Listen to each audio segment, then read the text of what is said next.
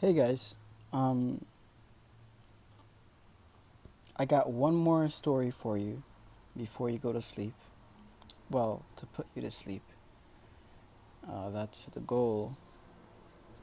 This one is Mr. Icy Cold, a kid's one by Enid Blyton. I love Enid Blyton's short stories, by the way. They're really fun. Alright, Mr. Icy Cold, first page. There's five kids building a snowman in the middle of a wintry scene. Once upon a time, one very snowy week, six children began to build a snowman. How hard they worked! You should have seen them, scraping the snow off the grass and off the top of the hedges, slapping it together to make the snowman's body, and patting it neatly into shape. This is fun, said Mary. He will be the biggest snowman ever seen, said Alan. I shall ask Mother to give me an old cap of Daddy's for him to wear, said Rachel. Let's give him 2 feet and put shoes on them, so that he can walk about if he wants to, said John. The others laughed. I should be astonished if I saw him walking down the garden, said Ian. We'll call him Mr. Icy Cold, said Gillian. When they had finished the snowman, it was 3 o'clock. Now we will dress him, said Mary. He had his head as big as a giant's football, said Alan. Here's Daddy's old cap for him, said Rachel, running up with a big checked cap and putting it on the snowman's head.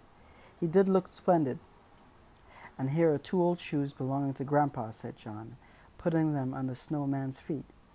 It was difficult to put them on. John filled the shoes with snow and then pushed them well under the snowman so that they stuck out in a very realistic manner. He's going on a walk, he's going to walk, cried Ian. Come along indoors and have a nice hot drink of milk, Mr. Icy Cold, shouted Gillian. He wouldn't like that, said Mother, coming up to look at the wonderful snowman. It would melt him inside. The children went in to tea. When the moon rose up in the sky just about their bedtime, they looked out of the window and saw Mr. Icy Cold standing out there in the garden looking as real as could be. He wore Daddy's cap. He had an old pipe in his mouth. He had 2 great black eyes. He wore a ragged scarf around his neck, old gloves on his hands, and Grandpa's shoes. He really looked marvelous. Here's a picture of the scene.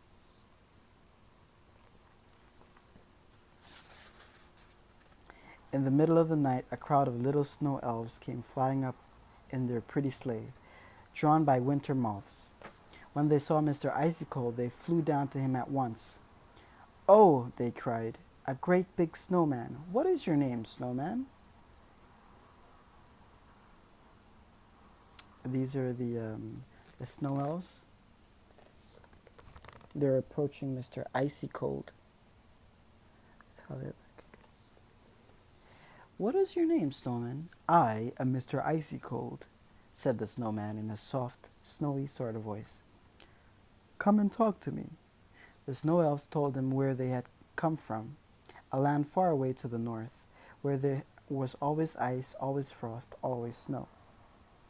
The elves were pretty little creatures with frosty dresses and wings as soft and as white as snow. Mr. Icy Cold liked them very much indeed. He felt lonely when they had gone, but they promised to come again the next night. They kept their promise, but to Mr. Icy Cold's great dismay, they were crying bitterly. What's the matter? Said Mr. Icy Cold.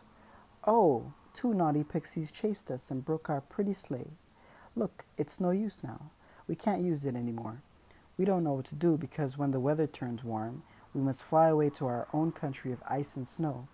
If we stay here when it is warm, we'll feel ill and fade away. Mr. Icy Cold was very sorry to hear all of this. Where do those 2 pixies live? He asked. I will go to them and make them mend your sleigh for you, or else give you a new one. But snowmen can't talk, cried the snow elves. Oh, can't they? Said Mr. Icy Cold, and he laughed. Look. He stepped forward on his two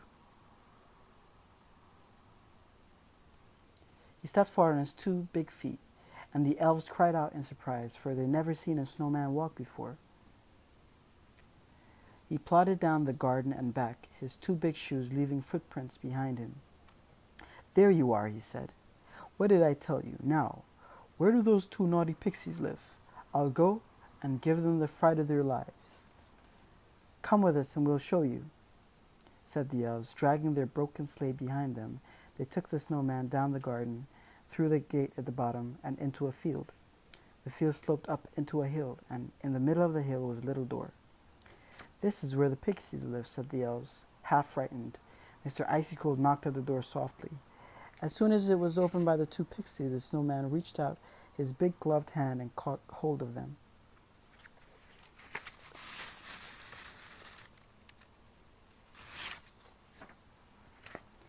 "Oh, oh, oh," yelled the pixies in fright. "Here's the big white giant. Oh, let us go." "You broke the sleigh belonging to the snow elves," said the snowman sternly. "What are you going to do about it?" "Oh, we'll mend it. Oh, do let us go. We promise to mend it," squealed the pixies. Mr. Icicle put them down on the ground and looked at them sternly out of his big black stone eyes. "Do it at once, or I'll carry you off with me," he said. The pixies took the broken sleigh and looked at it. One of them fetched hammer and nails and screws. The other brought a few pieces of wood. Soon the night air was filled with sound of hammering. Every now and again, two pixies stared round in fear at the big snowman, and he frowned as hard as he could. "Get on with your job," he said. So they hurried and hurried. The wind blew chill, and Jack Frost was out and about. The pixies were cold and wanted to get back into their warm little house. Soon the sleigh was mended, and the snow elves got into it, and glad shouts and cries. "Don't you dare to interfere with the snow elves again," said Mr. Icicle. They just finished repairing the sleigh. Yay. And off he shuffled back to his place in the garden. The snow elves went with him, making a great fuss of him and telling him he was their best friend. After that, the elves and the snowman talked together every night, but soon the weather changed and the air became warm. The snow elves began to think about going back to their country of ice and snow. "But how lonely I shall be without you," said Mr. Icicle sadly. "I shall stand here thinking of you all the spring and summer through, until the winter comes again and brings you with it." "No, Mr. Icicle, you won't stay here all spring and summer," said the elves. You will melt right away, and there will be nothing left of you when we come back next winter." Mr. Icicle stared at the elves in horror, and his stone eyes seemed to get bigger and bigger. "Melt?" he said. "Did you say I shall melt? Won't there be anything left of me?" "Not a thing," said the elf sadly. "That's the worst of being a snowman, you know. You only last while the snow and ice are here, then you disappear forever." Nobody spoke for a minute. Mr. Icicle was too upset, and the elves too sad. Then a small elf gave a little squeal and made everyone jump. I've got an idea," she cried. "Why shouldn't Mr. Icicle come back to our land with us? It's always cold and frosty there, and snow is always on the ground. He would never melt there. He would be able to live with us forever." Of course," shouted the snow elves in delight. "You must start tonight, Mr. Icicle. We will make our winter moths fly very slowly, and you must follow us carefully. Come now, this very minute, for the weather is getting warmer, and if you begin to melt, you may not be able to walk." So Mr. Icicle followed the sleigh, drawn by moths, and plodded on and towards the north. He went up over fields and hills, down lanes and high roads, and the elves always found a good place to hide him in the daytime. Once the weather got a bit too warm, and the snowman's nose melted a bit, but the next night was frosty again, so he was all right, and at last he got to the land of the snow elves. He was safe. "Welcome to our home," cried the snow elves, kissing him on his cold cheek. "You shall build yourself a little snow house. With windows and a door, and do just whatever you like." The six children who had built the snowman were most surprised. The 6 children who had built the snowman were most surprised Sorry, there's a little bit of lag. The 6 children who had built the snowman were most surprised to find him gone. "Oh, he's just melted," said Mother. "But Mother, his cap and his scarf and his gloves and his shoes can't have melted too," said Mary. "It's most mysterious. I wonder where he is. Funny old Mr. Icy Cold."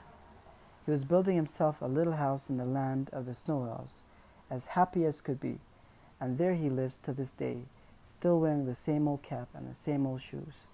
Funny Mr. Icy Cold.